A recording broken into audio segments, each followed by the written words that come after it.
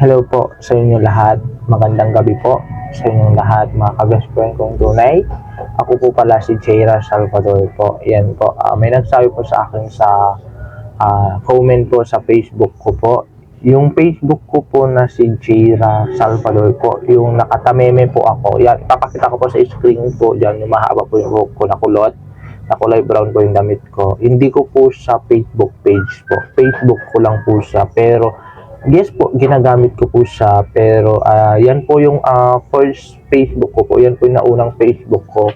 Simula pa lang noon, mga ka-best friend kong tunay.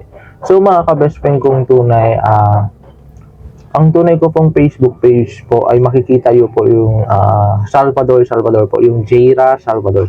Yun po yung legit na page ko po. Yung nakaganon po ako. Yun po yung tunay ko pong Facebook page ko po. So mga ka-best friend kong tunay, bakit nyo pong nakikita na half po yung video ko pag nagpo-post po ako sa pangalan ko po sa Jaira Salvador po, is hindi ko po sa legit Facebook. Hindi legit na page ko yon. Pero ginagamit ko po yun. Yan po. Matagal na kasi yun sa akin, ang daming memories doon. So ang tunay ko pong Facebook page po is yung Ralph J. Salvador po. At kung hindi naman po mahanap, doon na lang po kayo sa YouTube channel ko, is Jaira Salvador po. Yan po.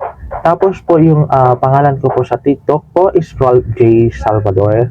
Makikita po lahat po dito sa screen natin kasi papakita ko po sa inyong lahat.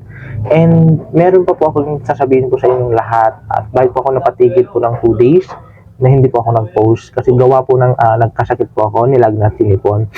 Di ba po? So, namumula-mula pa yung mata ko kasi hindi pa nga ako legit na magaling. So, ang masasabi ko lang po sa inyo mga ka-best friend kong tunay, at nagpapasalamat din po ako sa mga sponsors natin,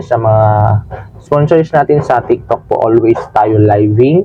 So, sa mga hindi po nakakaalam din sa live ko po sa TikTok po, yun po, alamin po natin. Sana po pumasok po kayo sa aking YouTube, sa TikTok channel ko po.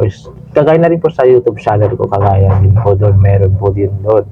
At sana rin po, at nagpapasalamat din po ako sa mga sponsors natin. Dahil po tuloy-tuloy na po yung pamimigay nila sa akin, mga ka-best friend kong tunay. Hindi nyo lang po nakikita kasi nga po palihim po ako. Yan, palihim po ako. Kagaya po nitong mic natin ito. Ito po ay bigay din po ng sponsors natin kasi sinasabi nila kasi bakit daw po naka-headset ako. So yun po kasi, yun po mga ka-best friend kong tunay. So mga ka-best friend kong tunay, tuloy-tuloy lang po panonood nyo sa akin hanggang sa dulo po. Ay sana po abangan niyo po yung 1 taon natin sa YouTuber, sa Facebook page, at sa ating TikTok. 1 taon na tayo yan. Malapit na po yung anniversary natin. Abangan niyo po yung ipapamigay ko po sa inyo mga ka-best friend kong tunay. Yung ipapamigay kong yun, bakit ko po ipapamigay yun? Dahil po, mismong bigay po ng sponsors natin yun. So may mga t-shirt tayo, may mga tasa, anything man. Nasa akin na po yung money, pero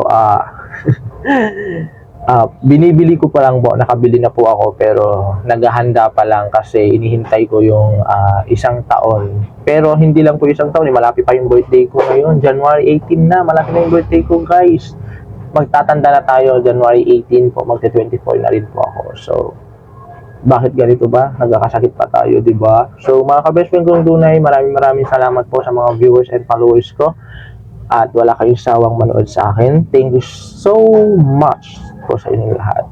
So, yan po. Yung mga vlogger po pala, mga content creator pala sa aking barangay.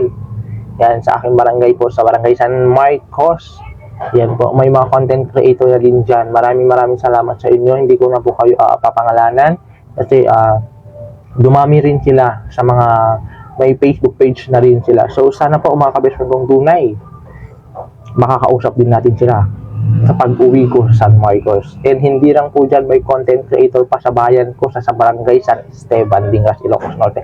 Magkapit-bahay lang yung barangay na yon. So, doon po ako lumaki sa barangay San Marcos, pero may pamilya po ako sa barangay San Esteban at doon po ako.